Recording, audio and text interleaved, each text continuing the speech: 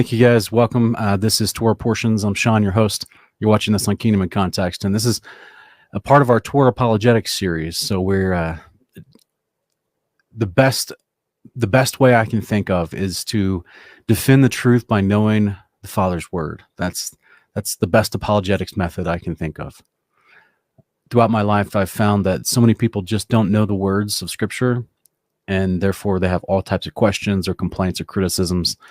And it doesn't require fancy philosophy or advanced scientific knowledge. It just requires knowing what the words say and putting it in the hands of the person that's questioning. If they want to dig further after that, that's on their heart. That's up to them. If they're genuinely seeking to understand the word, then they'll probably dig further anyway. But if they can't even get an understanding of the basic word itself, then how are they ever going to try to test it in their life and see that it's good? So that's our goal here, is that we defend the truth by knowing his word. So thanks for joining me this morning. This week, though, as we taper off the end of Deuteronomy, we're going to be comparing it with all of the Testament of the 12 Patriarchs, and because there's a lot of good information there to help us get a mindset of the blessings being pronounced over the 12 tribes of Jacob, and why some words are spoken. So we're going to be looking at both just a little bit of Genesis 49, but mostly Deuteronomy 33 and many different passages from the Testament of 12 Patriarchs. For those of you who are not familiar, Testament of 12 Patriarchs, books of Levite and I believe Judah were discovered with the Dead Sea Scrolls amongst that collection of findings. And just to validate how long these testaments have been around in this particular book with this collection of testaments, the Testaments as a whole itself was put in the 1667 Armenian canon. So it's been around. It just wasn't put in the Catholic canon. Obviously, it wasn't put in the Jewish canon because they don't like what it says. It mentions lots of stuff about Yeshua, about the coming Son of Man to become the high priest. So they definitely don't like a lot of the claims of prophecy built within the Testament of 12 Patriarchs. So thankfully, it's been preserved to us throughout time, and we get to take a look at it today in comparison with our Torah portion. So let's dive right in, guys. Let us dive right in.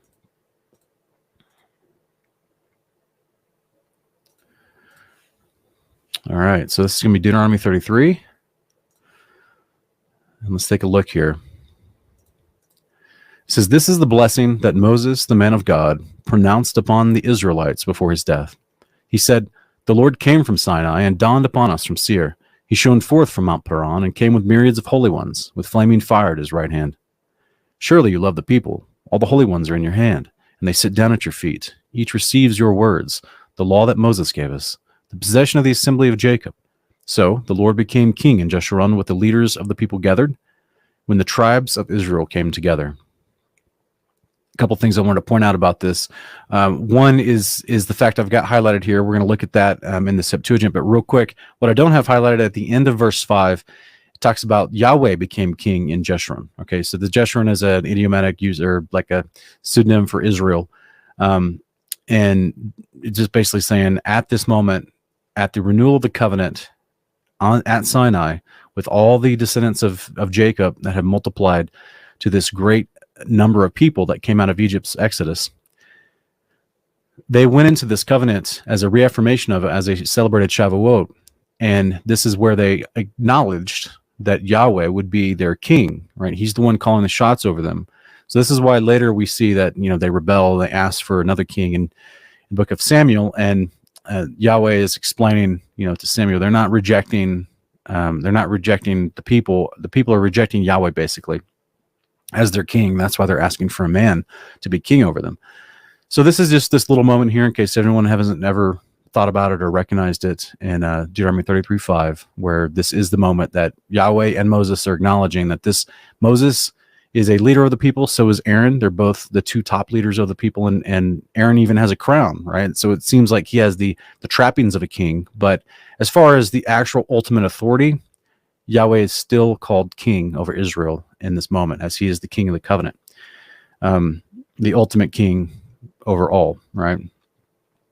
But let's look at the flaming fire at his right hand, this passage that's highlighted in yellow. In the Septuagint, we look and see that this there's no ambiguity about what it's referring to. The same passage in the Septuagint says, and he said, the Lord has come from Sinai, and he has appeared from Seir to us. He has hastened out the mount of Paran with the 10,000s of Cades, and on his right hand were his angels with him. So some people get confused because they see with flaming fire at his right hand, and a lot of people, because of this, the idiomatic phrase of the use, the right arm of the Lord, they then try to conflate it with this idea, and they'll say, oh, well, this must mean the servant that Yahweh sends, the Isaiah 42 servant, the right arm of the Lord, the Isaiah 53:1 servant. That must be the same guy. It must be mentioning that Jesus showed up here with the angels. No, guys, it's just angels. This is what Galatians 3:19, Hebrews 2:1, and Acts 7:53 affirm to us. So that's three witnesses from the New Testament that we have angels showed up on Mount Sinai. It's not a pre-incarnate appearance of Yeshua. It's angels were with him. And this is what the entire book of Jubilees expounds to us, is that there is an angel it's the actual angel that was following them in the pillar of the cloud and fire by day, or fire by night and pillar of cloud by day. This angel that was tasked to go with them, this is the one that's actually speaking to Moses on the mounts. And this is what's explained to us. It's just angels. All right, so let's jump into verse 6 through 10, where we're going to start getting into some descriptions about prophecy that's Moses is speaking over the tribes of Israel that he commands at this time, right before he dies. So in verse 6, let's take a look at Reuben real quick. It says, let Reuben live and not die, nor his men be few. And so we're kind of doing this a little different today, guys, just to try to keep you in pace with each patriarch that we're addressing. So we're talking about Reuben. The prophecy over Reuben was, let Reuben live and not die, nor his men be few. So if we look in the Testament of Reuben, chapter 3, 10 through 15, it says, pay no heed to the face of a woman, nor associate with another man's wife. This is Reuben. All the Testament of the 12 patriarchs we're going to read today, this is them pretty much on their deathbed, speaking to their children and grandchildren, explaining to them how to live, right? It's passing on that last bit of advice before they die. So he says in verse 10 of chapter 3, pay no heed to the face of a woman, nor associate with another man's wife, nor meddle with affairs of womankind. For had I not seen Bilhah bathing in a covered place, I would have not fallen into this great iniquity. For my mind, taking in the thought of the woman's nakedness, suffered me not to sleep until I had wrought the abominable thing. For while Jacob our father had gone to Isaac his father, when we were in Eder, near Ephrath in Bethlehem, Bilhah became drunk and was asleep and uncovered in her chamber. Having therefore gone in and beheld nakedness, I wrought the impiety without her perceiving it, and leaving her sleeping, I departed. And forthwith an angel of God revealed to my father concerning my impiety, and he came and mourned over me, and touched her no more. He goes on to say in verse 4, 1 through 4, pay no heed, therefore, my children, to the beauty of women, nor set your mind on their affairs, but walk in singleness of heart in the fear of the Lord, and expend labor on good works, and on study, and on your flocks, until the Lord gives you a wife, whom he will, that you suffer not as I did. For until my father's death I had not boldness to look in his face, or speak to any of my brethren because of the reproach. Even until now my conscience causes me anguish on account of my impiety. And yet my father comforted me much, and prayed for me unto the Lord, that the anger of the Lord might pass from me, even as the Lord showed. And thenceforth until now I have been on guard, and sinned not. He goes on to say in 5 through 7, therefore, my children, I say to you, observe all things whatsoever I command you, and you shall not sin. For a pit unto the soul is the sin of fornication, separating it from God, and bringing it near to idols, because it deceives the mind and understanding, and it leads young men into Hades before their time. For many has fornication destroyed, because though a man be no old or noble, or rich or poor, he brings reproach upon himself with the sons of men, and the derision with Beliar. So that's the advice that Reuben learned from his life that he wants to pass on to his children, that, that they should, the advice that helps them live and not die early. He wants them to avoid fornication. And so we see that the tribe of Reuben does flourish. And there's some other tribes that make different choices as a whole, but this is built upon the history that Moses had of Reuben, and knowing the heart of Reuben from the Testament of 12 Patriarchs. And we're going to explain that here in a little bit, because you're going to see some things line up. This is why you would make this prophetic proclamation over Reuben. Okay. So here in verse 7, concerning Judah, we're going to hit Judah now. kind of explain what's been prophesied about him. It says, and concerning Judah, he says, O Lord, hear the cry of Judah and bring him to his people. With his own hands, he defends his cause, but you may be a help against his foes. All right, interesting. So let's look at Judah, what the Testament of Judah says in chapter 21, 1-5. It says, and now, my children, I command you, love Levi, that you may abide, and not exalt yourselves against him, lest you be utterly destroyed. For to me the Lord gave the kingdom, and to him he gave the priesthood, and he set the kingdom beneath the priesthood. To me he gave the things upon the earth, to him he gave the things in the heavens. As the heaven is higher than the earth, so is the priesthood of God higher than the earthly kingdom, unless it falls away through sin from the Lord and is dominated by the earthly kingdom. For the angel of the Lord said to me, the Lord chose him rather than you, to draw nearer to him, to eat of his table, and to offer him the first fruits of the choice things of the sons of Israel. But you shall be king of Jacob. And verse 6-9 says, and you shall be amongst them as the sea. For as on the sea just and unjust are tossed about, some taken into captivity while some are enriched. So also shall every race of men be in you. Some shall be impoverished, being taken captive, and others grow rich by plundering the possessions of others. For the kings shall be as sea monsters. They shall swallow men like fishes. The sons and daughters of freemen shall they enslave. Houses, lands, flocks, and money shall they plunder. And with the flesh of many shall they wrongfully feed the ravens and the cranes, and they shall advance in evil and covetousness uplifted. And there shall be false prophets like tempests, and they shall persecute all righteous men. Testament of Judah 22, 1-3. And the Lord shall bring upon them divisions one against another, and there shall be continual wars in Israel. And among men of another race shall my kingdom be brought to an end, until the salvation of Israel shall come, until the appearing of the God of righteousness, that Jacob and all the Gentiles may rest in peace. And he shall guard the might of my kingdom forever. For the Lord swore to me with an oath, that he would not destroy the kingdom from my seed forever. This is pretty amazing, guys. Pretty amazing prophecy that Judah understands of his descendants, what they're going to do, how they're going to transgress, how they're going to swallow up others in their population growth, basically, and even while being dispersed in the Gentiles. And I do not want to get into please control yourselves in the chat about potentially the worldwide infiltration of evil plans by quote unquote JEWSs, guys. That'll get this video taken down by YouTube. So the point is, he understands that his kingdom was going to be destroyed because his descendants were, even though numerous and powerful, they were going to be corrupt, turning from the ways of the Lord, and that once they were judged and dispersed, they would only be brought in that kingdom, be saved once the God of righteousness appears. Right, to rescue Jacob and all the Gentiles, and so they may rest in peace.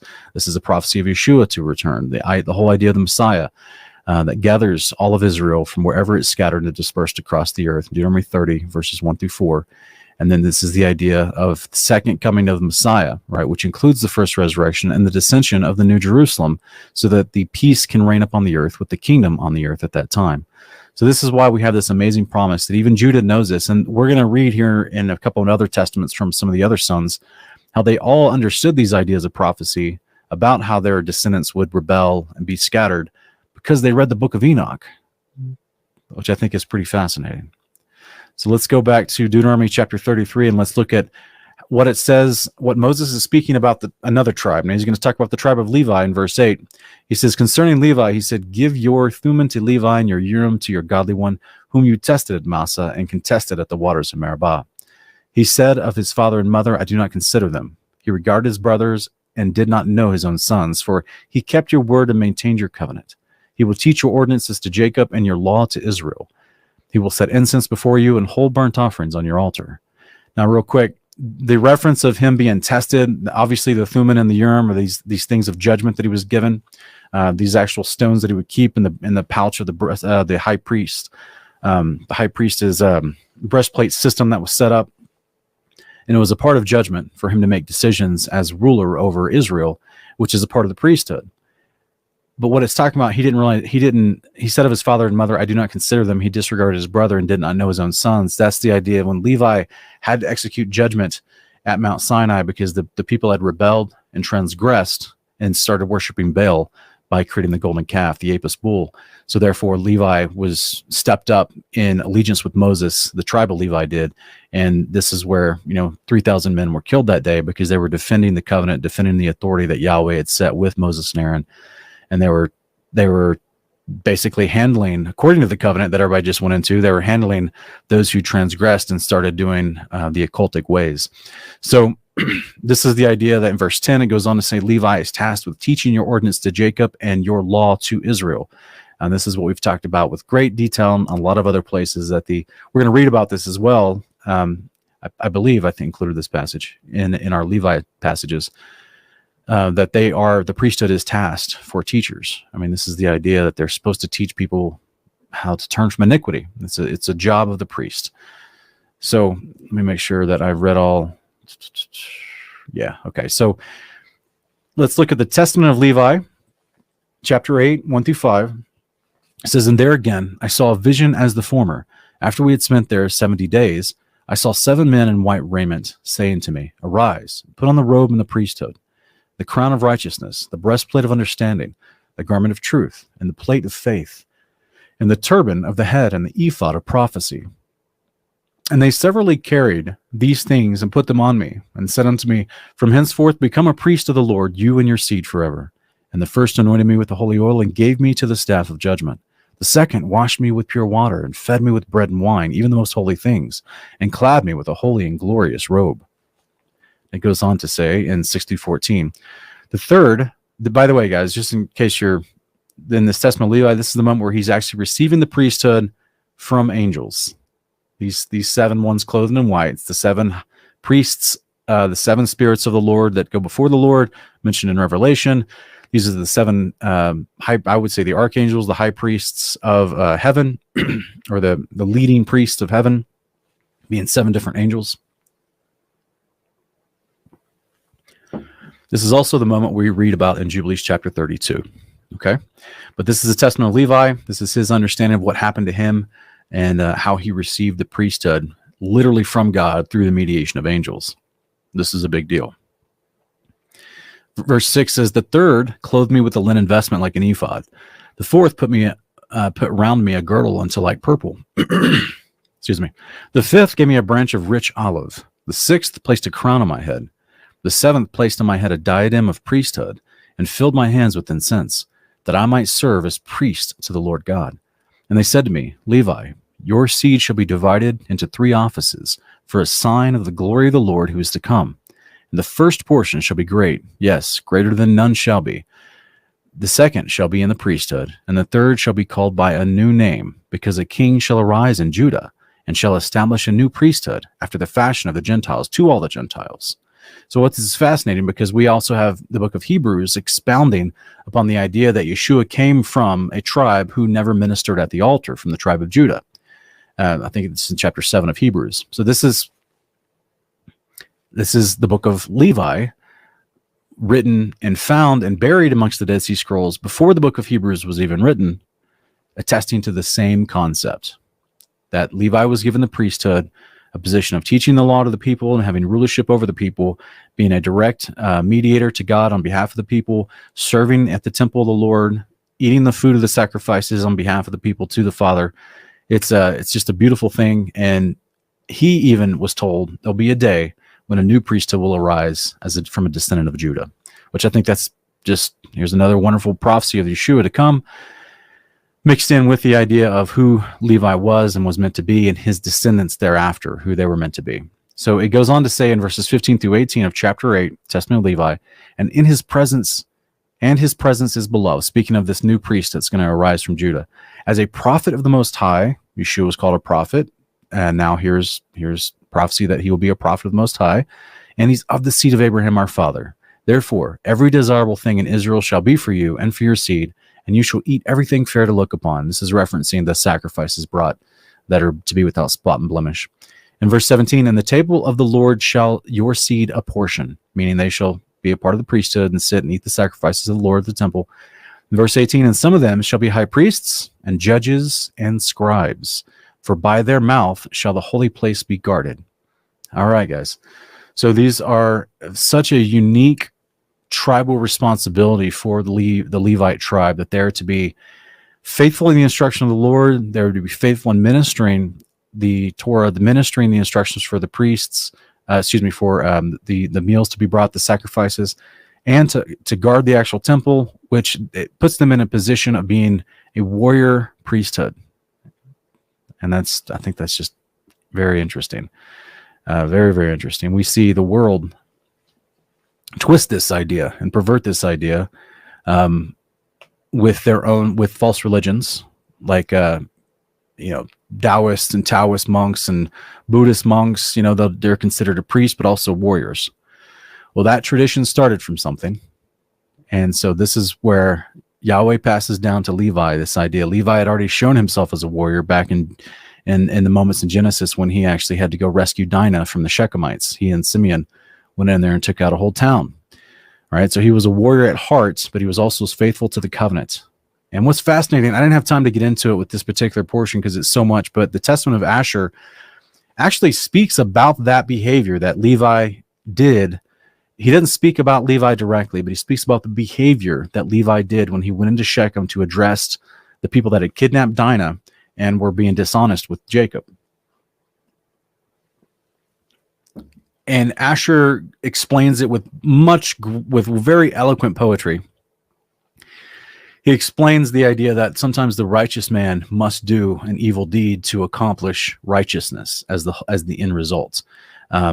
Not to give license to sin, but obviously what it means by the evil deed is to the people that are duplicitous, the people that are double-faced, to the people that are unrighteous, which is exactly what the Shechemites were. They were trying to pull one over. After they had kidnapped Dinah, they were trying to pull one over on Jacob and his family. And this was discovered. You have to, compare the Genesis Jubilees and the Testament 12 Patriarchs to understand the full story.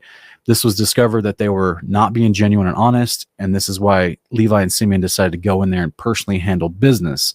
Now, they went in there, and they had to do what the Shechemites would consider to be bad, because the Shechemites think that it was unjust that they were being addressed for the duplicitousness and for their scheming of evil and wickedness.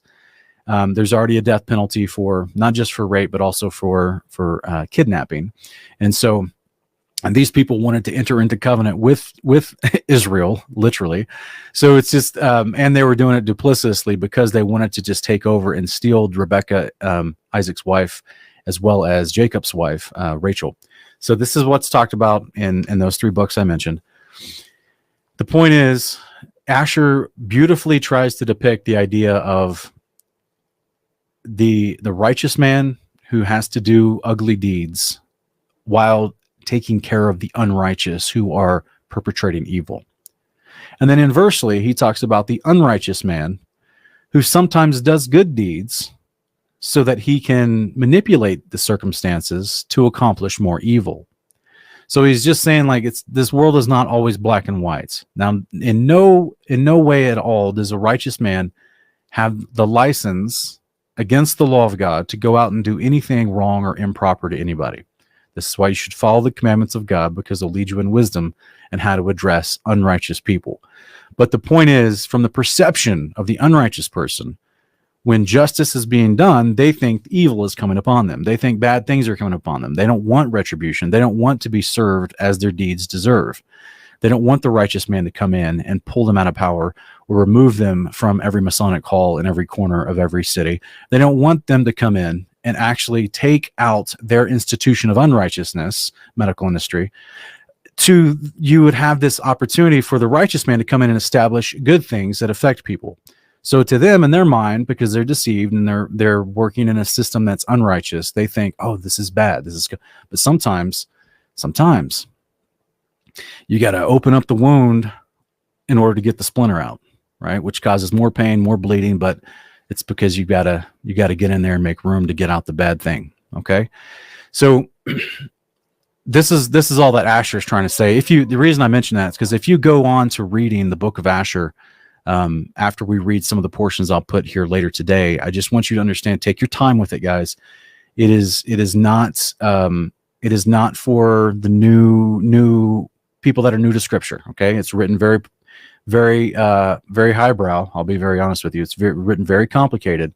It sounds like Paul almost sometimes, and it's not. You just take your time with the book of Asher, read it thoroughly, because it just understand he's trying to show two different types of things in life, that the outcome of how the good and the bad have to do things in life, and it's not always black and white. Okay, so it's interesting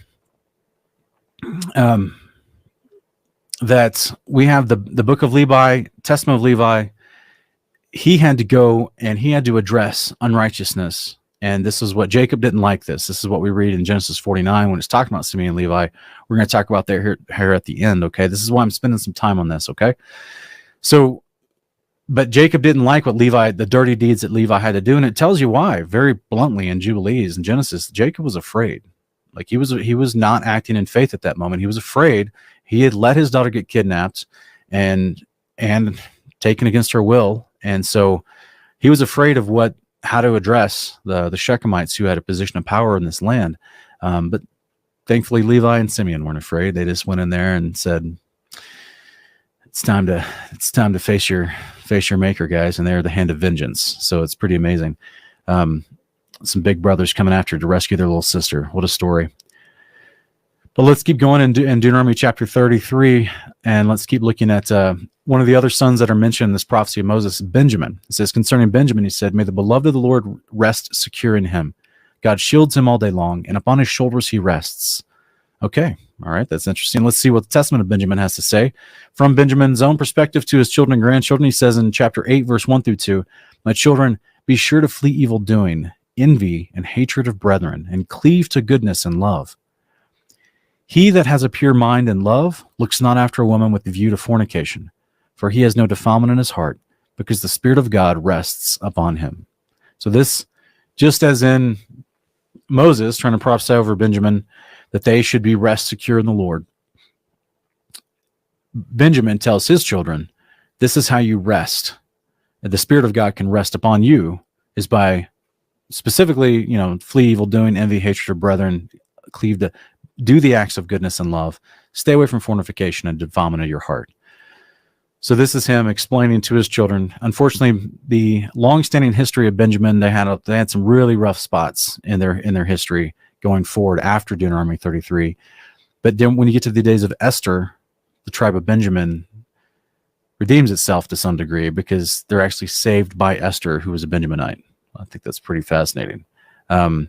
So I actually have done an entire show on that, one of my Milk and Meat episodes, and you guys are welcome to go check that out in the Milk and Meat playlist if you'd like.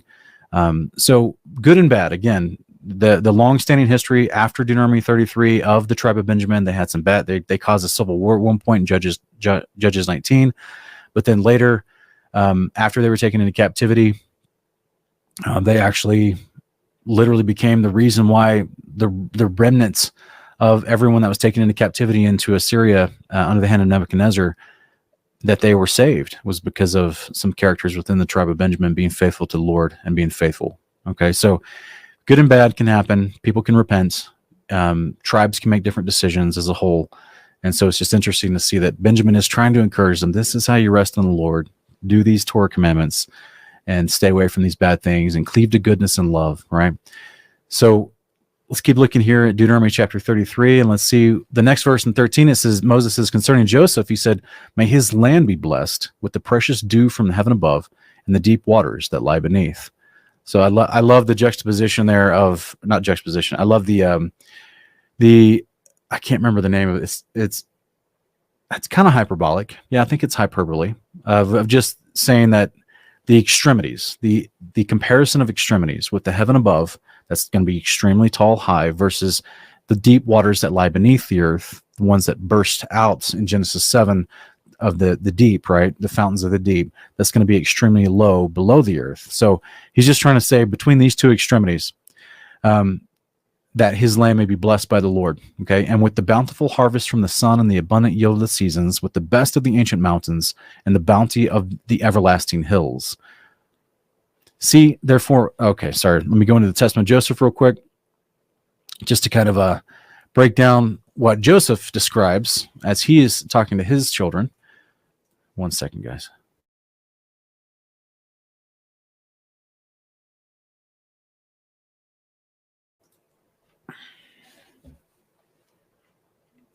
Okay. Yeah, Jane, check out the Milk and Meat with the Testament of Benjamin I went over, and it's just I did that about a year and a half ago when people were really questioning Paul, and they were making up all kinds of excuses for, because Paul is from the tribe of Benjamin. They were trying to say the tribe of Benjamin was just utterly evil and just full of wolves, and that no one from that tribe should be trusted. Yet they don't even realize that Mordecai and Esther, they're literally saved Israel, and they're from the tribe of Benjamin. So just, check that out if you have a chance. It's in my Milk and Meat playlist, and I think it'll bless you. All right, let's check out the Testament of Joseph real quick. He says in chapter 17, 1-6, "See therefore, my children, what great things I endured, that I should not put my brethren to shame. Do you also therefore love one another, and with long suffering hide one another's faults." Man, that's so powerful, guys. It's so powerful to hide one another's faults with long suffering. "For God delights in the unity of brethren, and in the purpose of a heart that takes pleasure in love." Man, it's just, isn't that great? He delights in the unity of brethren and the purpose of a heart that takes pleasure in love. "And when my brethren came into Egypt and learned that I had returned their money to them and upbraided them not and comforted them, and after the death of Jacob my father, I loved them more abundantly, and all things whatsoever he commanded I did very abundantly for them. And I suffered them not to be afflicted in the smallest matter, and all that was in my hand I gave unto them.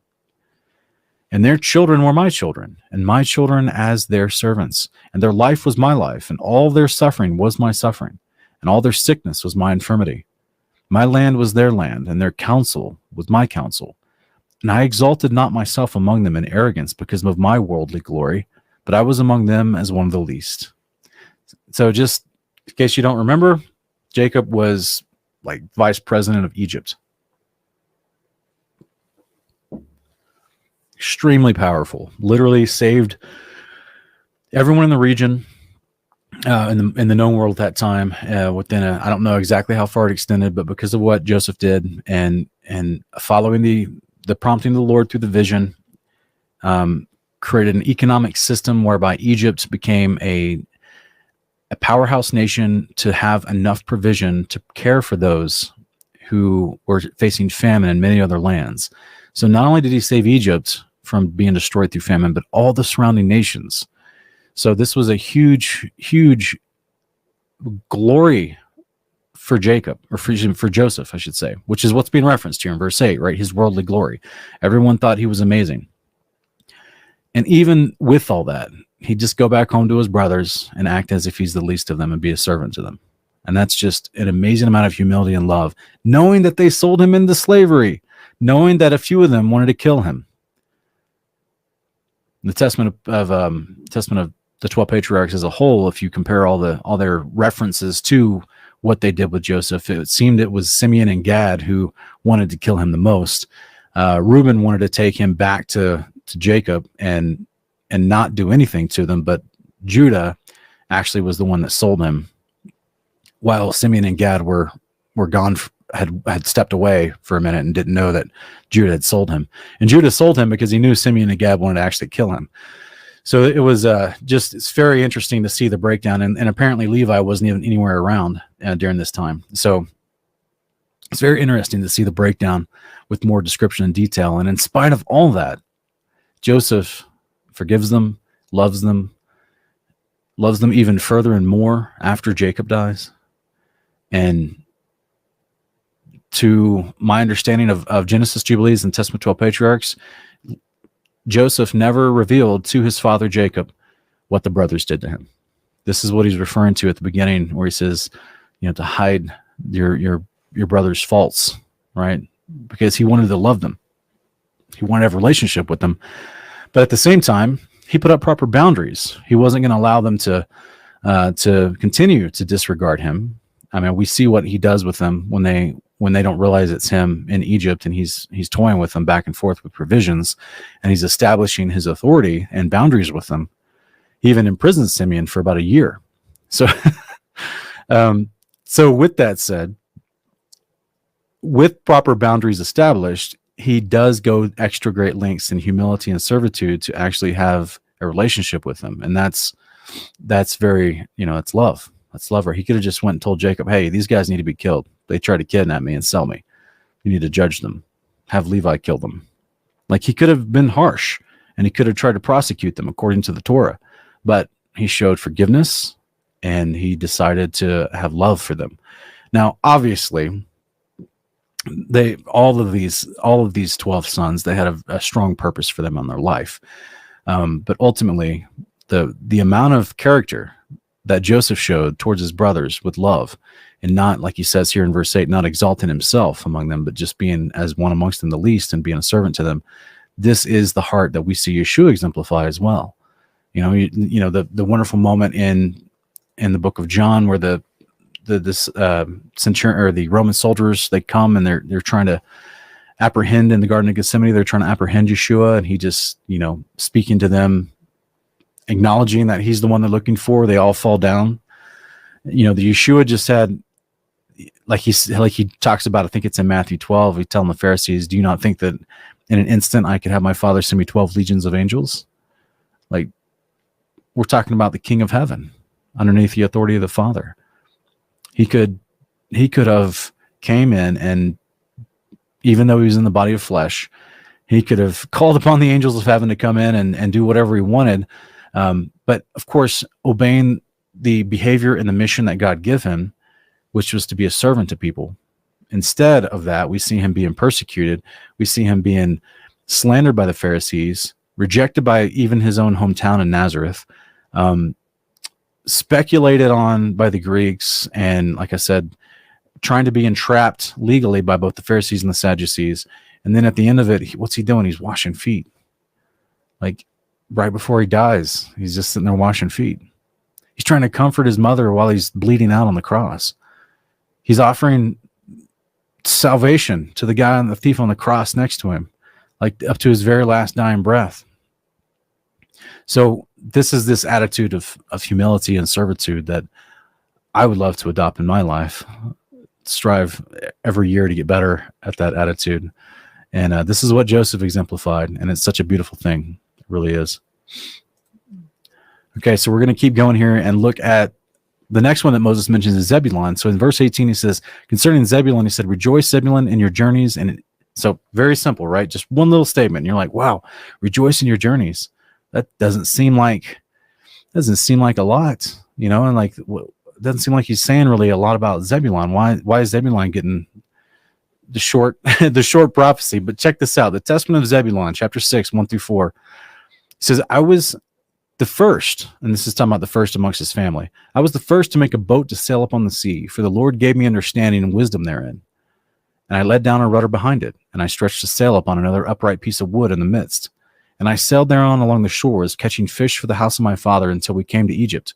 And through compassion, I shared my catch with every stranger. And if a man were a stranger or sick or aged, I boiled the fish and dressed them well, and offered them to all men as every man had need, grieving with and having compassion upon them. So it goes on to say in 5-7, wherefore also the Lord satisfied me with the abundance of fish when catching fish. For he that shares with his neighbor receives manifold more from the Lord. For 5 years I caught fish, and gave therefore to every man whom I saw, and sufficed for all the house of my father. And in the summer I caught fish, and in the winter I kept sheep with my brethren. Do you guys remember, for those of you who've been watching our Honor of Kings installments on Ken Heidebrecht's channel, Hang On His Words, we recently reviewed the Testament of Job, and Job exemplified in the Testament of Job this wonderful behavior of feeding all the people in his land with the excess that he had, and God just kept multiplying him, which I think is fascinating. So we have this moment here where Zebulun is saying, the more I share with my neighbor, the more the Lord gave me. And how beautiful is it? Because he's using fish. What did Yeshua do with the 4,000 people? And he fed them with, the bread and the fish, and it just kept getting multiplied. How interesting, right? Now, I'm not saying that Zebulun is claiming that fish were miraculously multiplied. He's just saying like he was fishing. He sailed on a boat and went out fishing, and everything he pulled in for his catch, he shared with people. So I just want to go back and read this passage here in 1-4. Look at it, guys. Verse 3, I sailed there and along the shores, catching fish for the house of my father till we came to Egypt. And through compassion, I shared my catch with every stranger. This is not his family. This is not Israel. This is the Gentiles around him, the nations around him. With compassion, he's doing Torah to everyone he comes across. I shared my catch with every stranger. And if a man were a stranger or sick, aged, I boiled the fish and dressed them well. Means he played the chef for these people. He cooked this stuff. He didn't just throw fish at them, slimy and straight from the catch, from the nets. He actually took the time to prepare the food for them. He says, if man were a stranger or sick or aged, I boiled the fish and dressed them well and offered them to all men as every man had need, grieving with and having compassion upon them. He's mourning with those who mourn. Guys, and here's this amazing part, verse 5. Wherefore also the Lord satisfied me with abundance of fish when catching fish, for he that shares with his neighbor receives manifold more from the Lord. What does Yeshua tell us? That he tells us that given will be given unto you, pressed down, shaken, pouring over. This is what Zebulun, this is the practice of Torah that Zebulun is imploring in his life. The sick, the poor, the elderly, the aged among him. It's Deuteronomy 15. To him who is given abundance, let him share generously with those in need. Just Deuteronomy chapter 15, verse 10. This is, Zebulun is living Torah. In case you wonder what these guys were doing between the time that they're born, that we see in Genesis, versus up to the time where Jacob took 75 members of his household down to Egypt to meet Joseph and live in the land of Goshen. Here's what Zebulun was doing that whole time. He's keeping Torah. And he's doing it amongst the Canaanites and the Hivites and the Hittites and the Amorites and the Sidonians and the Greeks and the Egyptians. He's sharing, just on a most basic level, he's sharing a meal with compassion and love towards everyone. So when we run into modern day mindsets, well, it's not even modern day, it's the same mindset that Peter has to overcome in Acts chapter 10, which is a Pharisaical mindset taught from Judaism. It's a ethnically prejudicial mindset from Judaism that discourages interacting with the nations, the Gentiles. And this is what Peter has to overcome, right? That the Father wants you to show love to all men. This is why Torah in Exodus 12, Numbers 35, there's one law for the native born or for the stranger. This is the same consistent instruction for behavior, one law, the same instruction for behavior, with the same Torah that we would show to our family, our brethren in Israel, or people from the nations. Zebulun is exhibiting that behavior, and it's beautiful. It's absolutely beautiful. And he's in his testimony to his children and grandchildren, he's trying to express to them, I practice this principle, the same principle that Yeshua tells us, given will be given unto you, pressed down, shaken, and running over. I practice this principle, and it works. The more I share with people, the more the Lord provided me. Job practiced this principle with people, and it worked. Guys, the Father's word is how we live life. It's how we live life. And when we practice his word, he's going to give you the resources to keep practicing his word. It's beautiful. Very beautiful.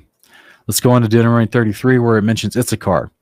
I guess I should just back up quick. In verse 18, when it talked about Zebulun, it said, rejoice, Zebulun, in your journeys. Well, he did. The history of Zebulun was that he rejoiced with love and compassion with those around him as he had a boat, went sailing, caught fish, and then shared it with everybody. A beautiful extension of Torah to the nations. The purpose of Israel, as Yahweh states, was to be a light to the nations. Zebulun was being a light to the nations. He rejoiced in his journeys. It's beautiful, guys. This is where Moses would get these ideas to prophesy over these peoples like this, from the progenitors of their tribes. Verse 19, Issachar, in your tents. And that's all it says. Rejoice, Zebulun, in your journeys, and Issachar in your tents. Okay, well, let's go take a look at Issachar. It's such a small little moment, but let's see what Issachar has to say. Testament of Issachar, chapter 5, 1 through 8. And he tells his children and grandchildren, keep therefore, my children, the law of God, and get singleness. Walk in guilelessness, not playing the busybody with the business of your neighbor, but love the Lord and your neighbor. Have compassion on the poor and the weak. Bow down your back in husbandry, and toil in labors and all manner of husbandry, offering gifts to the Lord with thanksgiving. For with the first fruits of the earth will the Lord bless you, even as he's blessed all the saints from Abel, even until now. For no other portion is given to you than the fatness of the earth, whose fruits are raised by toil. For our father Jacob blessed me with blessings of the earth and of the first fruits. And Levi and Judah were glorified by the Lord, even among the sons of Jacob, for the Lord gave them an inheritance, and to Levi he gave the priesthood, and to Judah the kingdom. And do you therefore obey them and walk in the singleness of your father, for unto Gad has it been given to destroy the troops that are coming upon Israel? All right, so we have this unique little moment here where Issachar, who Moses tells of Issachar's tribe to be blessed in your tents, sounds like, oh, well, that's interesting. Why about Zebulun? He goes on journeys, but Issachar is just in his tents. That sounds kind of like what? The Testament of Issachar says that he didn't even take a wife till he was 35. He just stayed with Jacob and handled his flocks and hang out with Jacob and made sure his business was good and worked hard, and just kind of stayed around the house for the most part. And he was dedicated to working and being as much as he could, just faithful to his father. And I think this is amazing. He didn't have that adventurous spirit like some of the other guys, the other brothers. He didn't, he just wanted to stay, make sure the family was good and the family business was great. And he was faithful in that. And the Lord blessed him greatly with that. So did his father. And he's even respecting the authority that was told to all the brothers through the angel, that Levi and Judah were to be the ones to be respected. They were going to be leaders over the tribes as they flourished throughout history. So here it is, extremely faithful in this facet of his life, Issachar, in his tents near his home. Faithful Lord, blessed the Lord. And he rejoiced in singleness. And this is what he talks about in verse 1. Keeps the law of God and gets singleness, that single focus of mind, action, and heart. You're not duplicitous. You're not guileless, which means to, practice deceit. You're just simply singleness. This was his idea of just being faithful, a faithful son, make sure the family's good, strong, and secure. And this is a huge, huge blessing to a family. I mean, we look at David, right? What did Absalom do? He did not have singleness. He had duplicitousness, where he stood at the gates for 20 years and taught people that they should feel grieved, or they should feel, slighted by David's judgment. And he turned people against David for 2 decades, and then finally created a full-on rebellion and tried to overthrow the throne. So to have a son that's just blessed to be faithful to you and to everything the Father has told you, and to keep the commandments, and that's singleness is an incredible way to describe the faithfulness of Issachar to what the Father called him to do in his life. Pretty amazing. So Deuteronomy 33, verse 20, Moses goes on to say concerning Gad, he says, blessed is he who enlarges the domain of Gad. He lies down like a lion and tears off an arm or a head. All right, that's interesting. So let's go check out the testament of Gad. Actually, let me continue reading what's spoken about Gad. Verse 21, he says, he chose the best land for himself because a ruler's portion was reserved for him there. He came with the elders of the people. He administered the Lord's justice and his ordinance for Israel. Okay, that's interesting. Because we heard Issachar talk about Gad, how he was prepared to defend Israel. Okay, so that's very interesting. So let's check it out here in the Testament of Gad.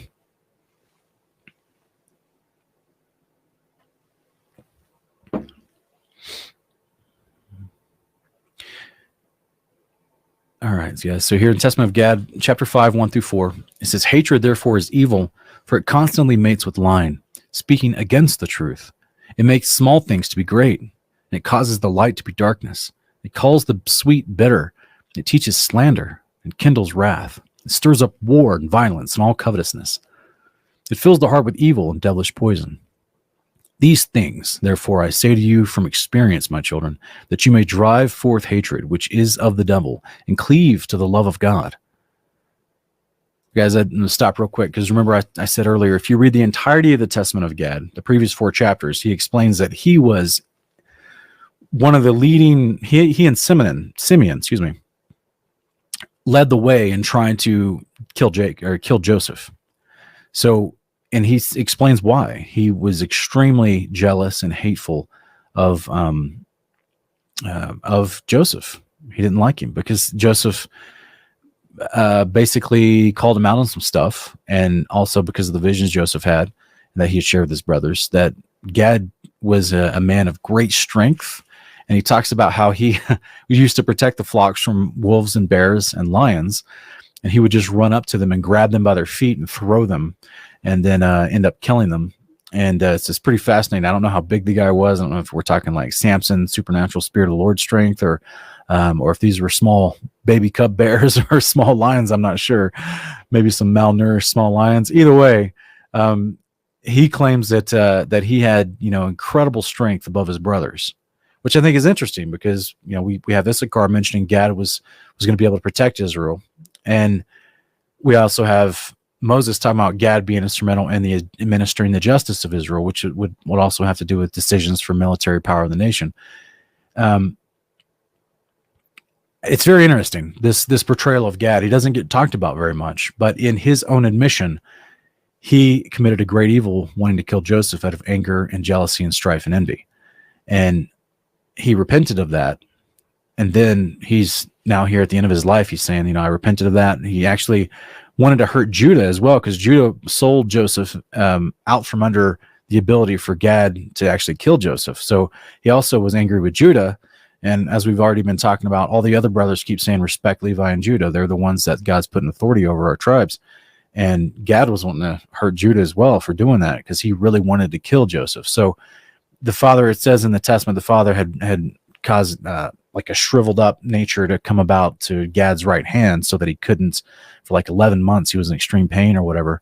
And he had to repent before he was healed, because he wanted to not just kill Joseph, but he wanted to hurt Judah as well. So it's very interesting to see the mindset of him coming to repentance. And now here he is at the end of his life trying to teach his children, his grandchildren, hey man, like I know firsthand from experience that this stuff is not good, right? It teaches slander, wrath, stirs up war and violence and covetousness, fills the heart with evil and devilish poison. So he has firsthand experience of, I came out of this, it was horrible. And I came out of it. And now I'm trying to tell you, keep the law of God. He goes on to say, I say to you from experience, my children, that you may drive forth hatred, which is of the devil, and cleave to the love of God. Righteousness casts out hatred. Humility destroys envy. So guys, for everyone listening right now,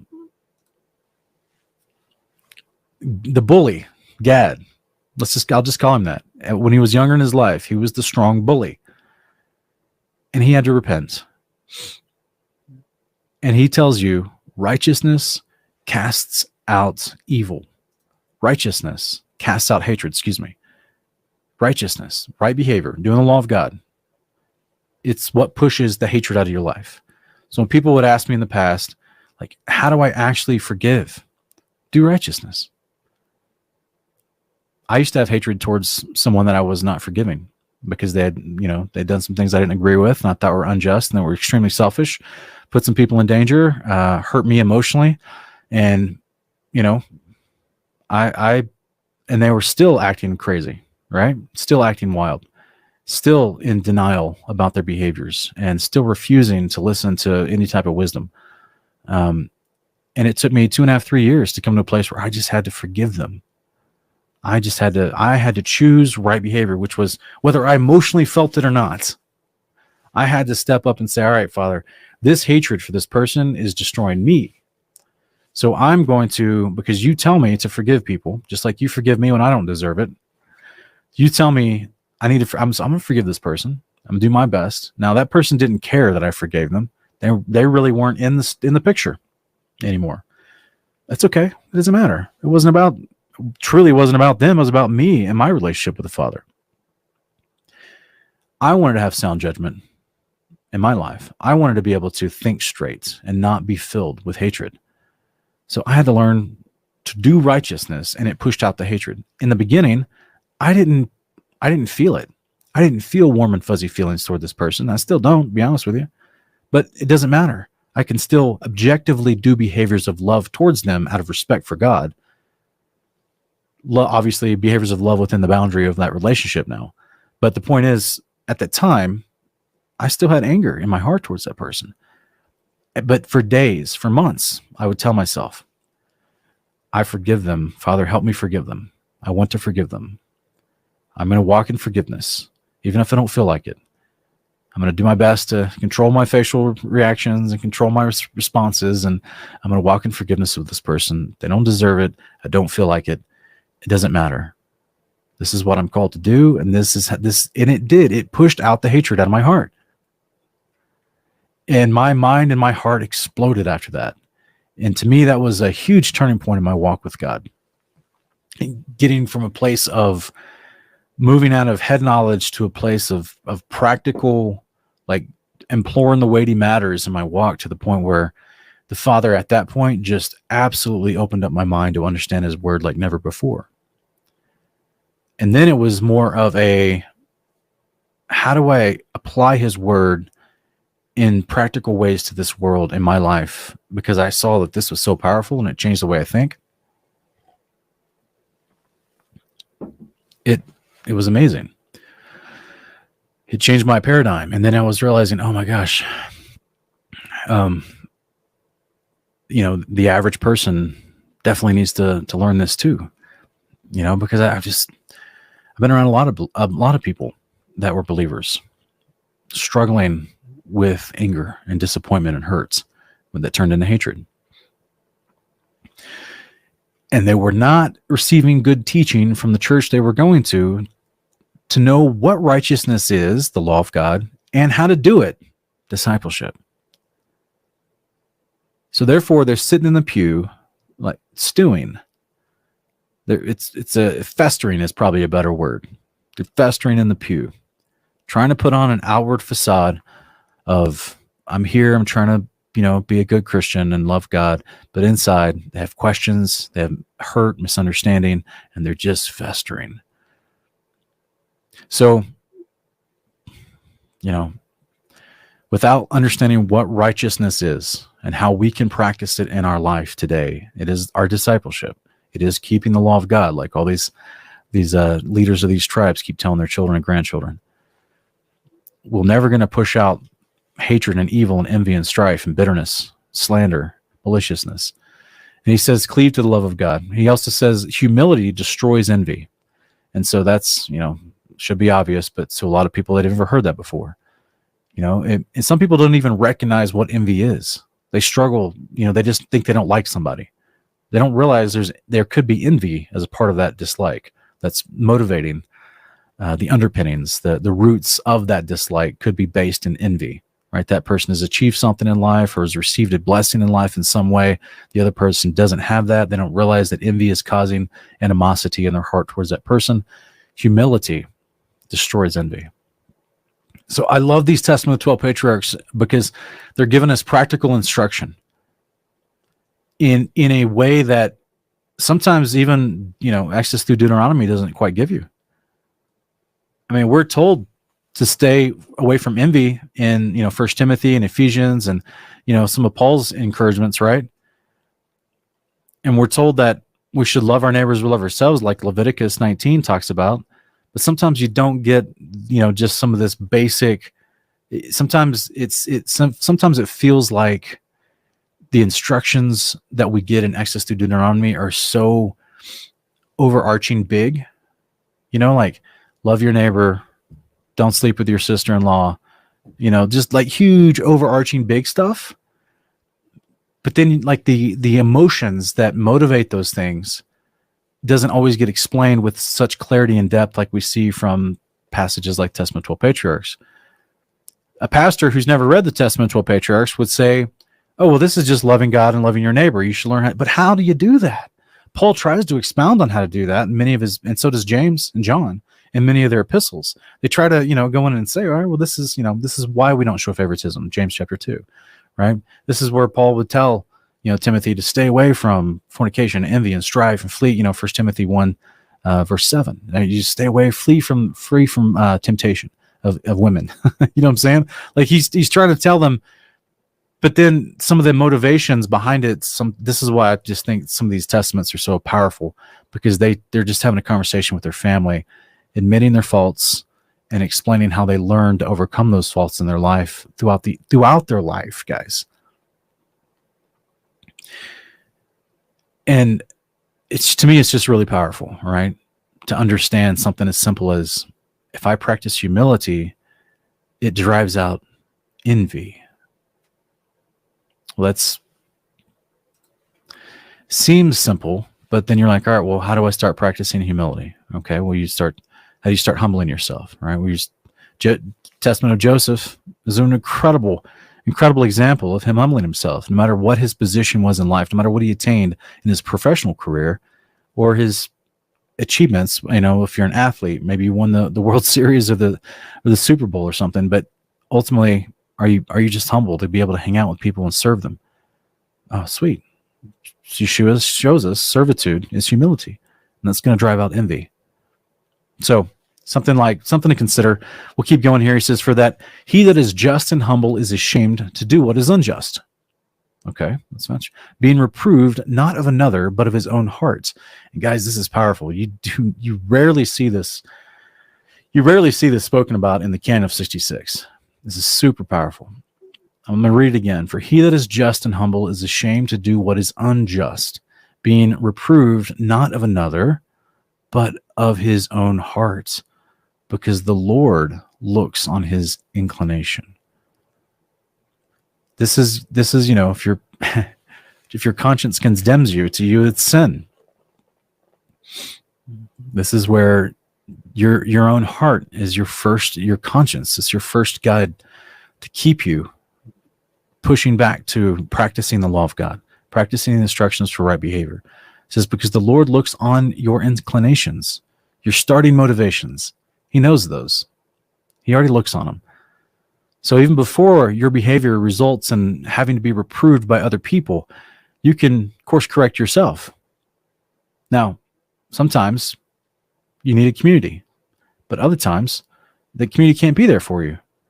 You got to be able to listen to what the Father is putting on your conscience. Now, I'm not saying you're led by your heart at all times. That's actually a little different, because we know the heart is exceedingly wicked above anything else, and it's very deceitful. But the Father, as Romans chapter 2, 7 through 16, as expounds this idea that the law of God is inherently emblazed on your heart, in your conscience. Okay, this is why even those who do not have the law of God, as far as teaching and instruction in their life, they don't have that discipleship process that they experienced, and they're of the nations. When they stand judgment for Yeshua and they're judged by every word and deed, it says their conscience will either confirm or condemn them. Will either validate their behaviors or will condemn their behaviors in life, because ultimately we're created in the image of God, and as image bearers, we innately have this inclination towards his behavior. And it's through searing the conscience that we delve into wickedness, but it's through affirming the conscience and following after what is being, what the Father has, designed all men to abide by, leads you into better righteousness. So it's basically like there's this unique starting middle ground, and you can push left and go towards wickedness, and you have to practice wickedness to get good at it. Because in the beginning, you're not very good at it. You might do it, but you're not really good at it. You haven't perfected wickedness, right?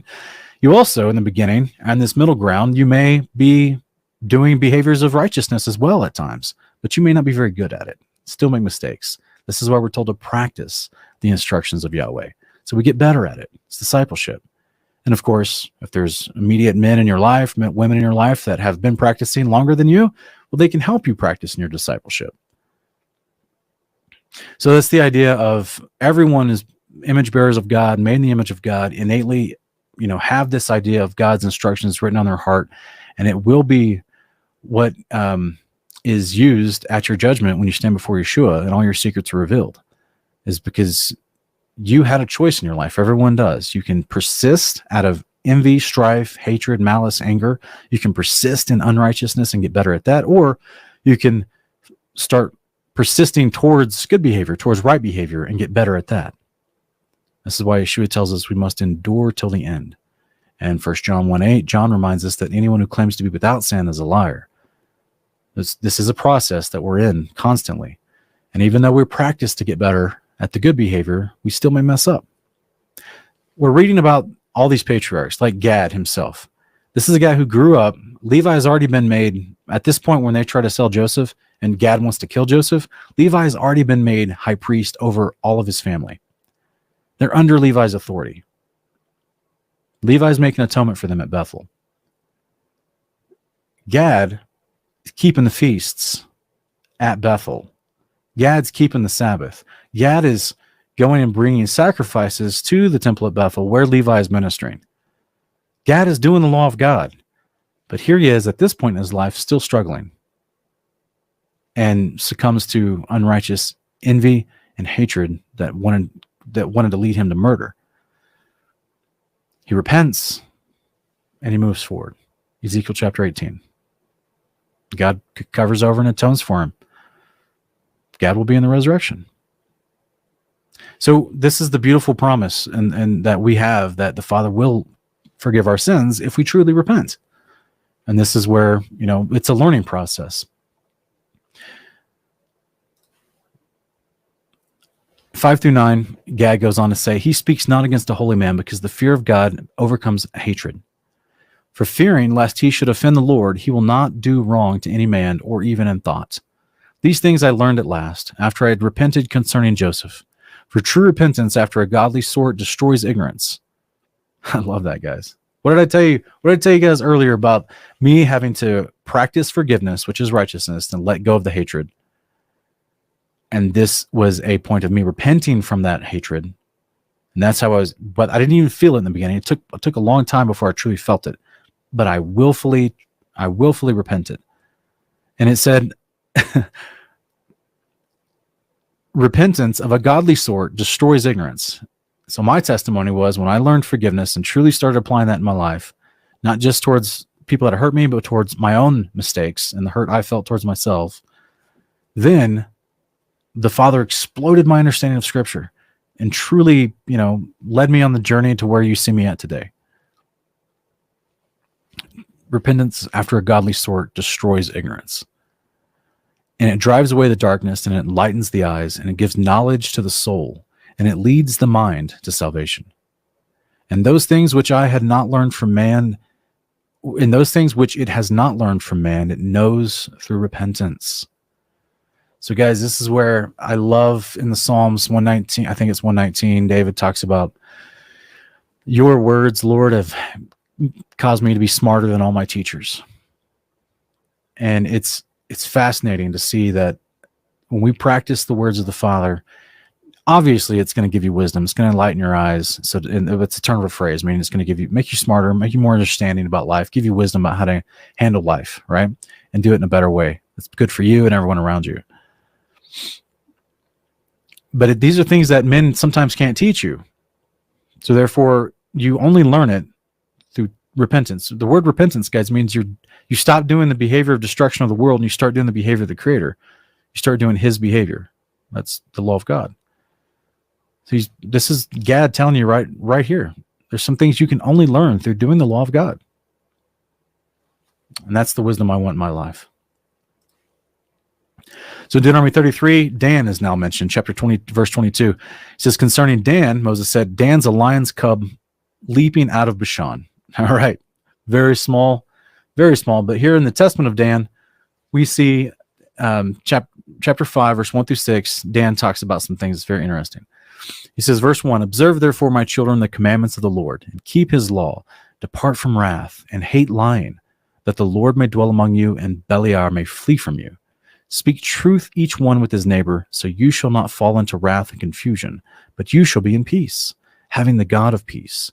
So shall no war prevail over you. Love the Lord through all your life, and one another with a true heart. I know that in the last days you shall depart from the Lord. You shall provoke Levi to anger, and fight against Judah. But you shall not prevail against them, for the angel of the Lord shall guide them both. For by them shall Israel stand. And whensoever you depart from the Lord, you shall walk in all evil and work the abominations of the Gentiles, going whoring after women of the lawless ones, while with all wickedness the spirits of wickedness work in you. For I've read in the book of Enoch, the righteous, that your prince is Satan, and that all the spirits of wickedness and pride will conspire to attend constantly on the sons of Levi, and to cause them to sin before the Lord.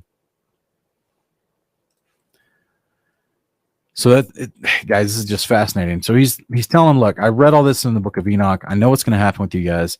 You guys are going to, down the road, you guys are going to have some huge issues with your other brethren tribes, Levi and Judah, to the point of even what we see the northern house in, the days of Kings, the books of First and Second Kings.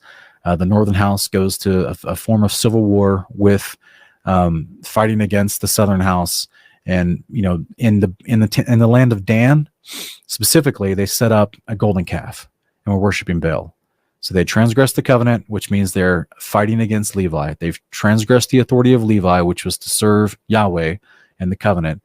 And Judah, who was to be ruler over them, who was supposed to lead everybody to serve Yahweh in the covenant, they've transgressed that. They were worshiping the idols, specifically Baal, set up a golden calf. So not only did that come true, but we also see that they had other issues throughout time. So this is just, he knows what's going to happen. And he tells them, look, I read all this in the book of Enoch. So to me, this lets me know, when you line up the history of these manuscripts and everything, that we clearly do not have all the writings of Enoch. I mean, that's what should be well known. A lot of people think that the book of First Enoch they're misunderstood to realize that it's a compilation of 5 or 6 different manuscripts that are partial pieces. So even what we have left over today are just a collection of partial pieces. I give no credence or weight or credence to the books of 2nd and 3rd Enoch at all. Those are not only theologically, but the manuscript history and chain of custody. Those are not legit in my understanding. Those are add-ons later. The book of 1st Enoch, found amongst the Dead Sea Scrolls as well, preserved by the Ethiopians throughout history in their canon, is this collection of pieces of manuscripts from 6 different scrolls.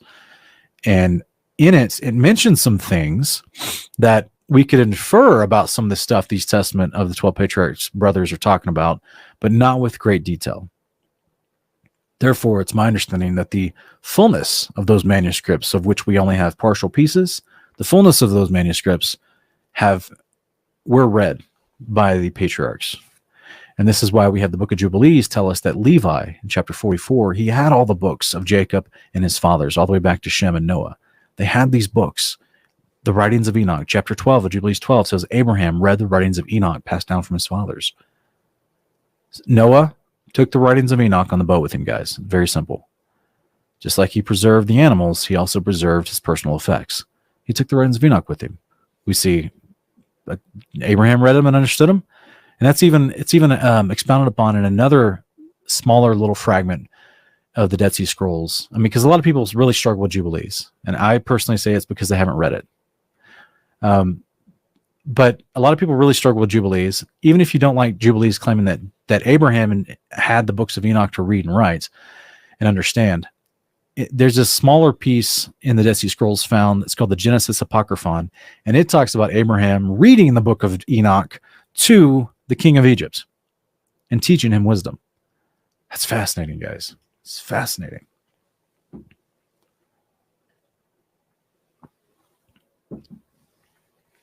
So it is my full understanding that the Testament of 12 Patriarchs, just as they admit in multiple places, Dan, Levi, I think Zebulun, I think even Simeon, they mention in multiple places, they read in the writings of Enoch what's going to happen to their descendants. And they're trying to warn their descendants, hey, this is what's prophesied for you guys. But to whomever can hear this admonition, keep the law of God. I know that your tribe, as a people, your community around you, there's going to be a time when they rebel. But if you remember my words in this moment, keep the law of God. You don't have to be a part of them. You don't have to rebel with them. And we see this concept of every single time in the Testament of 12 Patriarchs. They all say, keep the law of God. Keep it, guys. They know, and they also say, I know that you guys are going to rebel later. We see this amazing moment in 2 Chronicles chapter 30.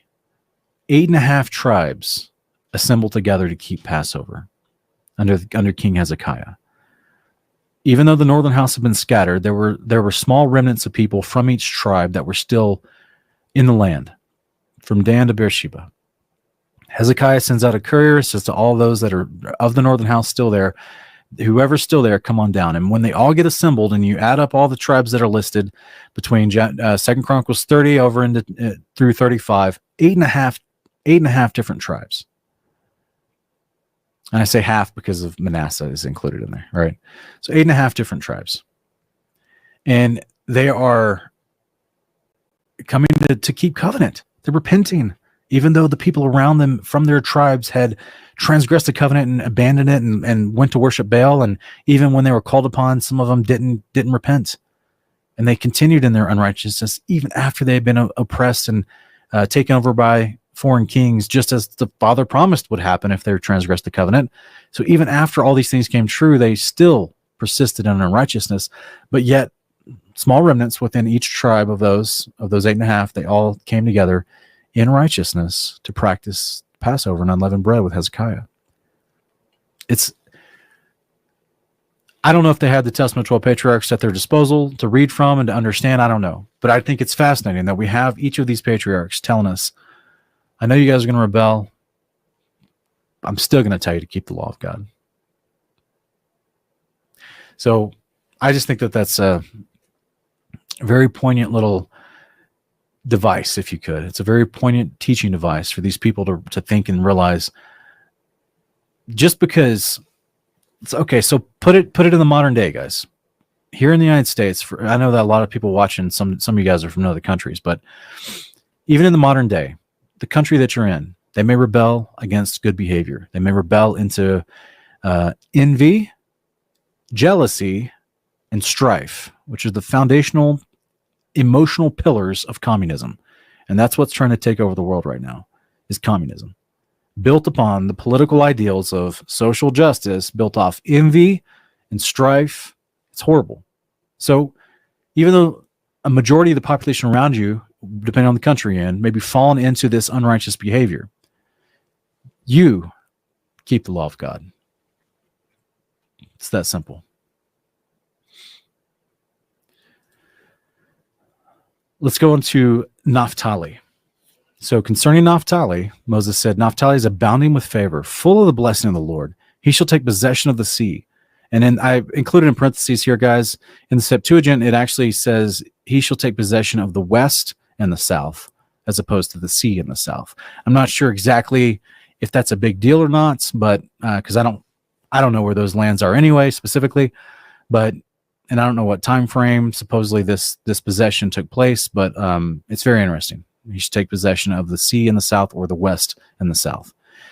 So let's look at Naphtali's testament and let's see what he has to say. In chapter 5 of the Testament of Naphtali, he says, for in the 40th year of my life, I saw a vision on the Mount of Olives on the east of Jerusalem, that the sun and the moon were standing still. And behold, Isaac, the father of my father, he said to us, run and lay hold of them, each one according to his strength. To him that seizes them will the sun and moon belong. And we all of us ran together.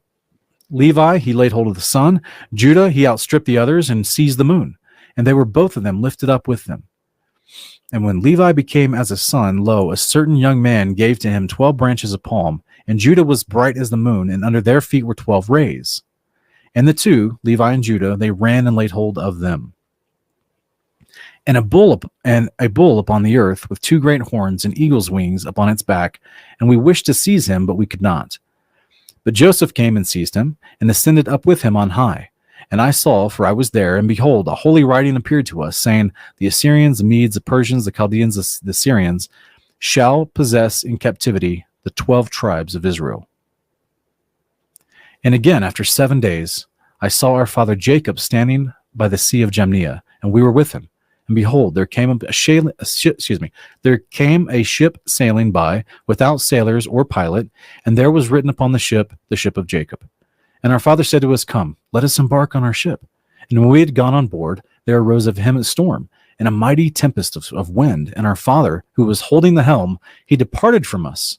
And we, being tossed with this tempest, were borne along over the sea. Means they were shipwrecked. They were broken up into the water. And the ship was filled with water and was pounded by mighty waves until it was broken up.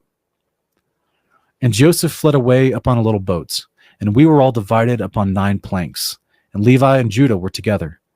And we were all scattered upon the ends of the earth. And then Levi, girt about with sackcloth, he prayed for us all to the Lord.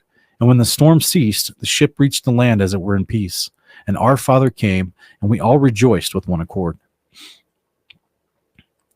These 2 dreams I told my father, and he said to me, these things must be fulfilled in their season. And after that, Israel has endured many things. Then my father said to me, I believe God that Joseph lives, for I see always that the Lord numbers him with you. And he said, weeping, Ah me, my son Joseph, you live, though I behold you not, and you see Jacob that begat not. He caused me also, therefore, to weep by these words, and I burned in my heart to declare that Joseph had been sold, but I feared my brethren. So this is Naphtali having this unique moment with his father Jacob, and he's saying, like, I had these 2 visions about what do they mean, and what's going on here, and Jacob's trying to say, yeah, this is, these dreams, they will be fulfilled in their proper time, and after Israel, all the tribes have experienced many things. And then Jacob goes on to say, excuse me, Jacob goes on to say, I too have seen visions from the Lord that Jacob's still alive. And then because he keeps being numbered with you, Naphtali. So I think that's fascinating that even in this moment here for 20 years, Jacob didn't know. I mean, he had the testimony simply from the blood on the coat of Joseph that was given by the brothers. He didn't truly know if Joseph was alive or dead. But then he keeps saying after he's having this moment of like bonding with Naphtali, because they're both expressing to them visions that the father's shown them. He then, adds to or complements to what Naphtali is showing about his visions by saying, yeah, I keep seeing Joseph numbered with you. He must still be alive. I want to believe God that he's still alive. And then he goes, even though I behold you not and see you not, Jacob, I who birthed you, I beget you, and then Naphtali gets emotional in this moment. He's like, yeah, it caused me to cry as well, because it burned in my heart that I wanted to tell him that Joseph was alive. He had just been sold, but I couldn't because I feared my brother's retribution. So all of these guys are carrying the weight, or at least Naphtali knew. I don't know if all of them knew as far as the details of specifically, because to me, I definitely think they would have kept it from Levi. But the other guys that did know, it's burning within them for this whole time that what exactly had happened, and he wanted to come clean, but he knew his brothers were probably kill him.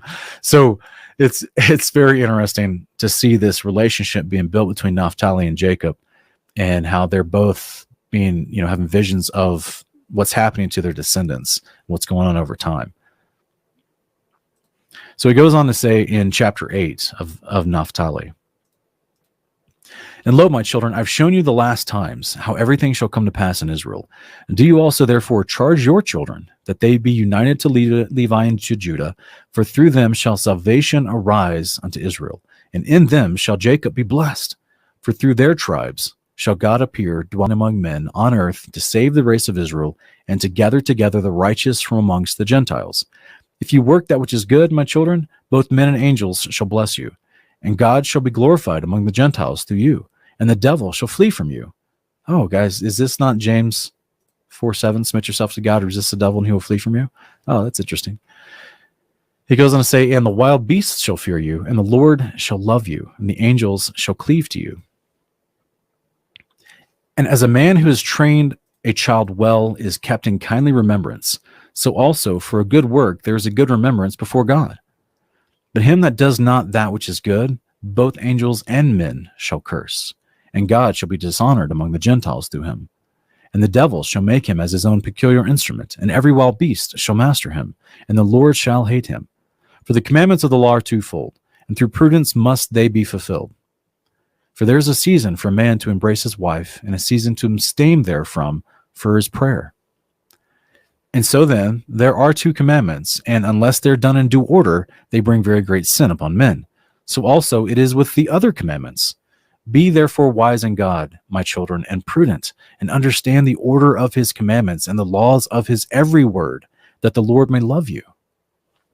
So guys, this is just such an interesting little instruction here. He's just trying to talk about, and you have to read the rest of Naphtali to know why he kind of concludes in chapter 8 with this idea of, do everything in its proper order, right? Like, this is why we have the instructions of the commandments, so you know which ones to do at which times, right? You don't try to keep the Sabbath every day, like modern church teaches.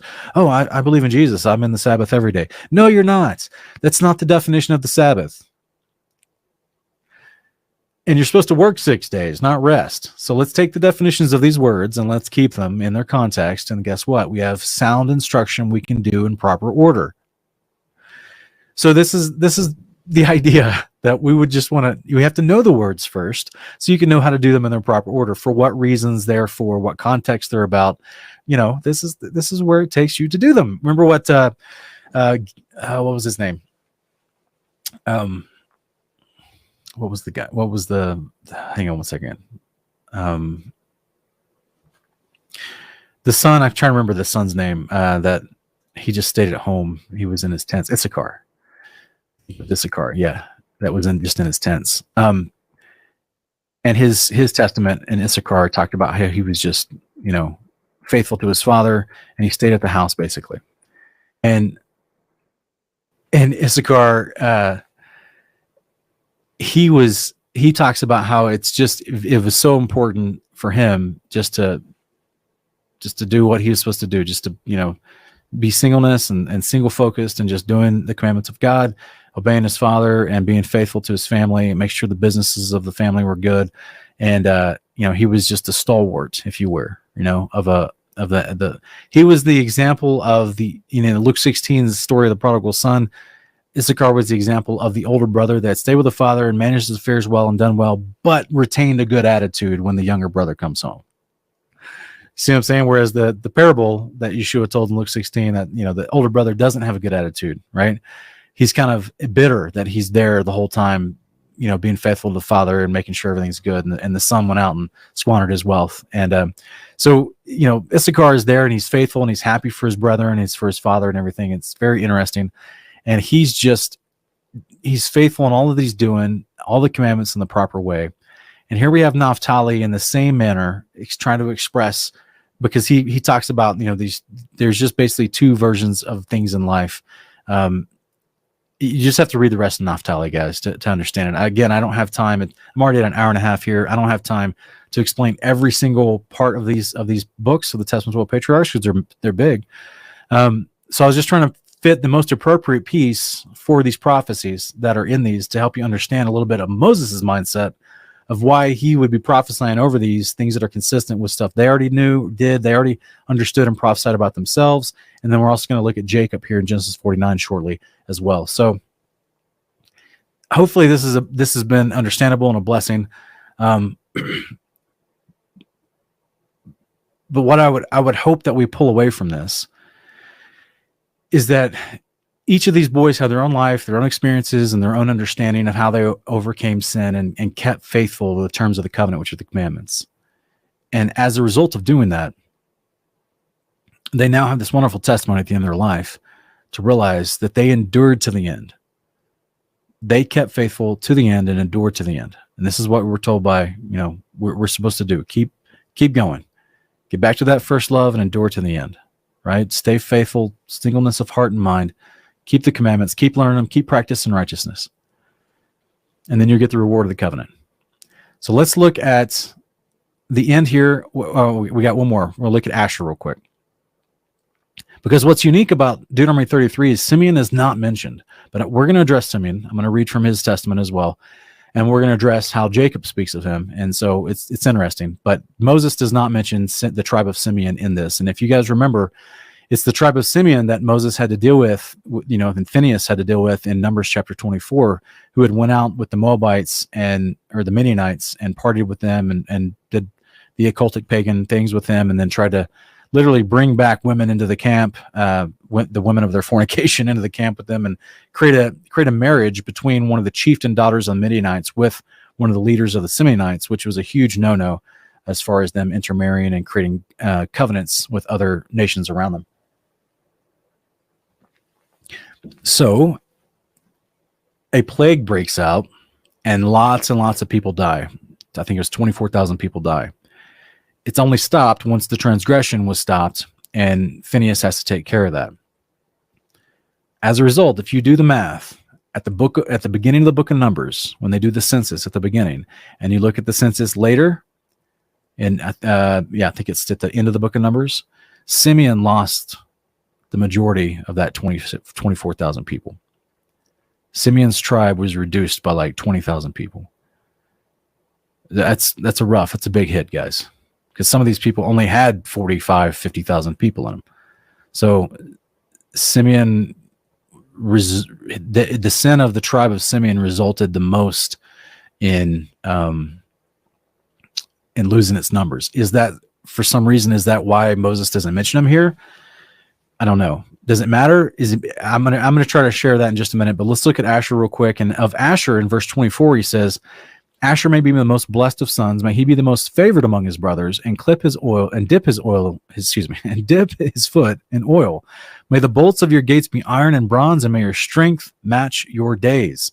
So this is interesting. He's given this incredible blessing to Asher. We never really have a lot of commentary on Asher in scriptures. But I mean, Moses is just given this incredible blessing to the tribe of Asher. I think it's fascinating. So let's look at the testimony of Asher, see what he has to say. Just as a brief little snippet from his testament to his children. He says, Take heed, therefore, you also, my children, to the commandments of the Lord, following the truth with singleness of face. For they that are double-faced are guilty of a twofold sin. For one, they do the evil thing, and two, they have pleasure in them that do it, following the example of the spirits of deceit, and they strive against mankind. So he says, Do you therefore, my children, keep the law of the Lord, and give not heed unto evil as if it were good, but look unto the thing that is really good, and keep in all the commandments of the Lord, having your conversation therein, and resting therein. What a beautiful thing, man. He's saying, sorry guys, he actually compares the idea of resting in being faithful to the commandments of the Lord. Doing Torah brings you rest for your heart, your mind, your soul, your strength, literally, because it tells you to take a day off. Before I was keeping Sabbath, guys, I was working 7 days a week for a long time because I was struggling financially and I was trying to work, multiple jobs, and I'm keeping Sabbath now, and the Father's paying our bills. He's blessing us. So, we're definitely not wealthy, but it's okay. I don't have to work. I'm not financially forced to go out and work on the Sabbath. Now, there's hopefully to the person listening, if you're new to this channel, hopefully you remember that the previous hour and 35 minutes of this broadcast, I've been talking about many other applications of the Father's Torah, the Father's instructions for living, other than just the Sabbath. But just thought I'd throw that in there as far as the idea that if you become committed to asking the Father to help you keep his instructions for the Sabbath, which is a physical place of rest for you in his law, he will make a way. So in addition to all the other things within his law that gives you peace and rest in your hearts, like we talked earlier about pushing out hatred through right behavior, that gives rest to your heart and your soul. Right, that gives rest to your mind, so you're not overthinking stuff. Right, when you stay away from fornication, like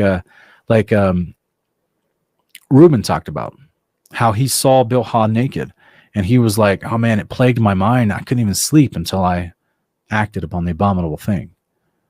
Until he actually pursued in lust after Bilhah, he couldn't even sleep. That's how much that that spirit of fornication and lust had gotten into him. And so, this. To push out, to practice right behaviors, to push out, to flee evil doing and fornication, push out that stuff out of your life. And it's a practice for a lot of people ongoing.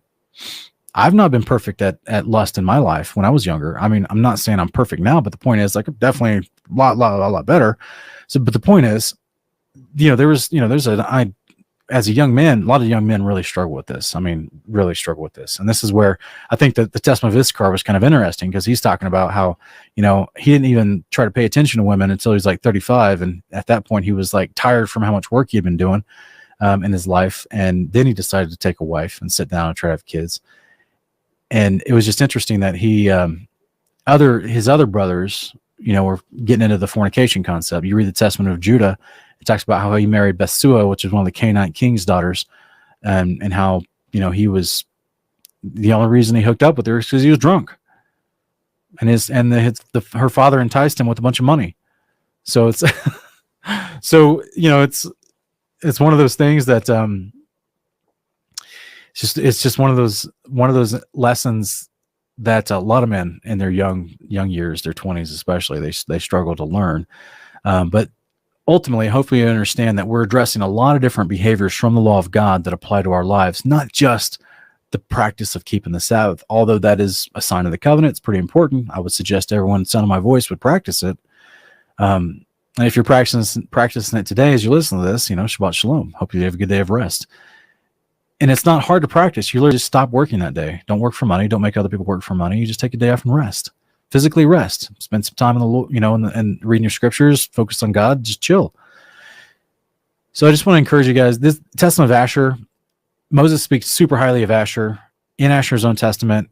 Like I said before, guys, read Asher very slowly and read it multiple times. Even though I say that, I'm sure somebody's going to, still probably put questions in the comment section about Asher, and that's okay. I'll do my best to answer them. It's just, be patient if I can't get to it immediately. But Asher is the most difficult book to read in the Testament of 12 Patriarchs. He is speaking very much like Paul in a very highbrow way. He's very intelligent. The writing of this is very different from all the other books.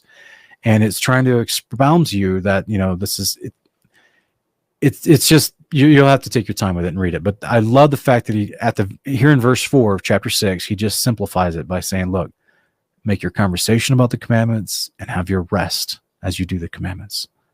And this to me is such a beautiful and simple mantra for life.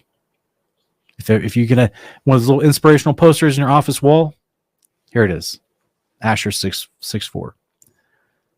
Keep all the commands of the Lord, have your conversation about them, and rest in them. It's great, guys. That's it. All right.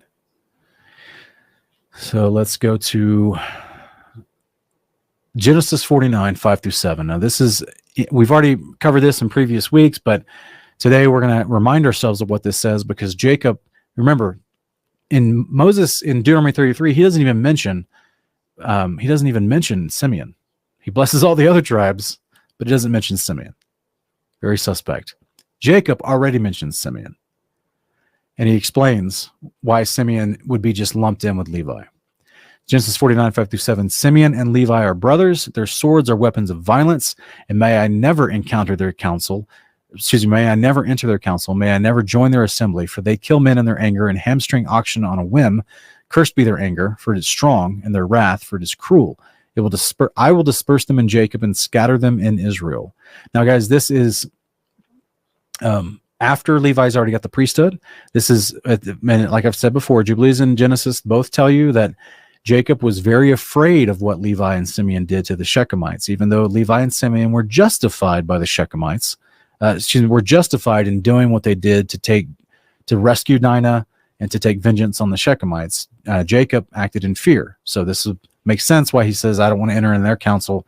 I don't want to participate with them.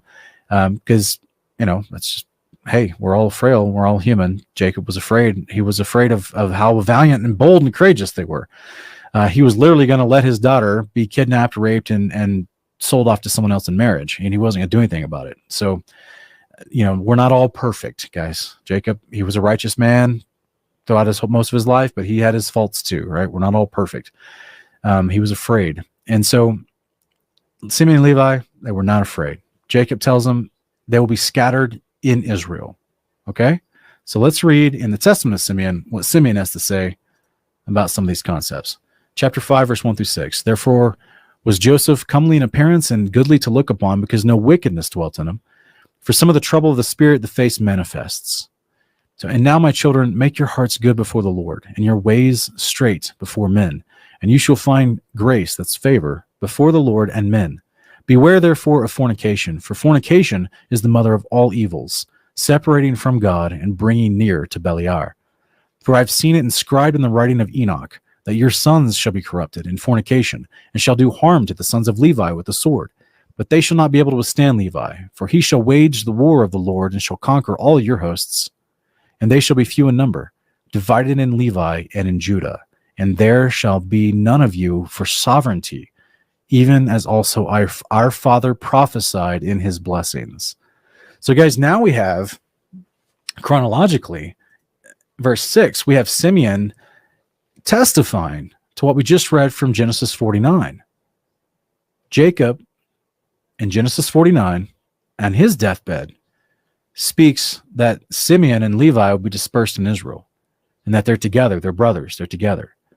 But here, Simeon's like, there's going to be a time, guys, where you're going to not have sovereignty, you're going to be dispersed, you'll be overcome by Levi. That means you're in his control now, and you'll be dispersed. Guys, do you know it divided in Levi and Judah? Did you know that Simeon just got a portion inside of the territory of Judah? So when Moses looks at the tribe of Simeon, he already knows. He prophesies over what's going to happen with Judah, because they're going to surround Simeon in authority physically, and then spiritually in authority, Levi is over Simeon.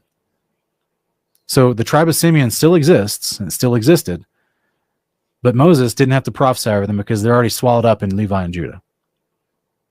Affirmed by Genesis 49 and validated in Testament of Simeon. It's very interesting, guys, that Simeon, in his humility, is expressing this idea. I know what you guys are going to do. I've read the book of Enoch, and as a result, you're going to be overshadowed and taken over, swallowed up in the sovereignty of Levi and Judah, basically, if I could paraphrase very quickly. So this is just an affirmation of what we read, and just hopefully for those of you out there maybe wondering why wasn't Moses mentioning Simeon? Why did he leave him out? Well, it's because they're already included in the authority of Levi and in the territory of Judah. Okay? All right, guys. So let's read the rest of Deuteronomy 33, 26 to 29 to finish out the chapter. He says, there is none like the God of Jeshurun, who rides the heavens to your aid in the clouds in his majesty. The eternal God is your dwelling place, and underneath are the everlasting arms. He drives out the enemy before you, giving the command, destroy him. So Israel dwells securely. The fountain of Jacob lives untroubled in the land of grain and new wine, where even the heavens drip with dew. Blessed are you, O Israel, who is like you, a people saved by the Lord. He is the shield that protects you, the sword in which you boast. Your enemies will cower before you, and you shall trample their high places. Okay, guys. So Deuteronomy chapter 34, this is a short little chapter. We're going to finish this off real quick, and we'll be completed with the book of Deuteronomy. So in Deuteronomy 34, 1 through 6, it says, Then Moses went up from the plains of Moab to Mount Nebo to the top of Pisgah, which faces Jericho. And the Lord showed him the whole land, from Gilead as far as Dan, all of Naphtali, the land of Ephraim and Manasseh, all the land of Judah as far as the western sea, the Negev, and the region from the valley of Jericho, the city of Psalms, all the way to Zoar. And the Lord said to him, This is the land that I swore to give Abraham, Isaac, and Jacob when I said, I will give it to your descendants. I have let you see it with your own eyes, but you will not cross into it. So Moses, the servant of the Lord, died there in the land of Moab, and as the Lord had said, he buried him in a valley in the land of Moab, facing Beth Peor, and no one knows to this day the location of his grave. Moses was 120 years old when he died, yet his eyes were not weak, and his vitality had not diminished. The Israelites grieved for Moses in the plains of Moab 30 days, until the time of weeping and mourning for Moses came to an end. Now Joshua, the son of Nun, was filled with the spirit of wisdom because Moses laid his hands on him. So the Israelites obeyed him and did as the Lord had commanded Moses. And since that time, no prophet has risen in Israel like Moses, whom the Lord knew face to face. No prophet who did all the signs and wonders the Lord sent Moses to do in the land of Egypt to Pharaoh and to all his officials and all his land, and no prophet who performed all the mighty acts of power and awesome deeds that Moses did in the sight of all Israel. So that's that is the end there of Deuteronomy 34. So hopefully this will bless you, and just know that we may be going through rough times. We lose ones we love dearly. They will be. Just take hope. This is why we want to share the good news as many people as we can, because the resurrection is a real thing, and we know that we're going to see these people again, and we never have to worry about losing them again in a capacity of not being able to see or interact with them again. So this is the hope that we have. And I just want to encourage you guys that we continue to wait on the Lord, we walk in his promises, because his word will not return void. He will accomplish what he's promised to us. All right. So this is the message of the hope of the resurrection, as Paul refers to in Romans 8, the blessed hope, right? This is what we spread to the people. This is the thing that sets us apart from every other faith on this plane of the earth covered by the dome. This is the beautiful blessing that the Creator gives to mankind. If you practice his behavior, he will give you eternal life with that behavior on your heart forever. So this is what we strive to do and practice, okay? Appreciate you guys. If you like this, hit the thumbs up, share it on your socials. And otherwise, I hope you have a great day of rest and be blessed.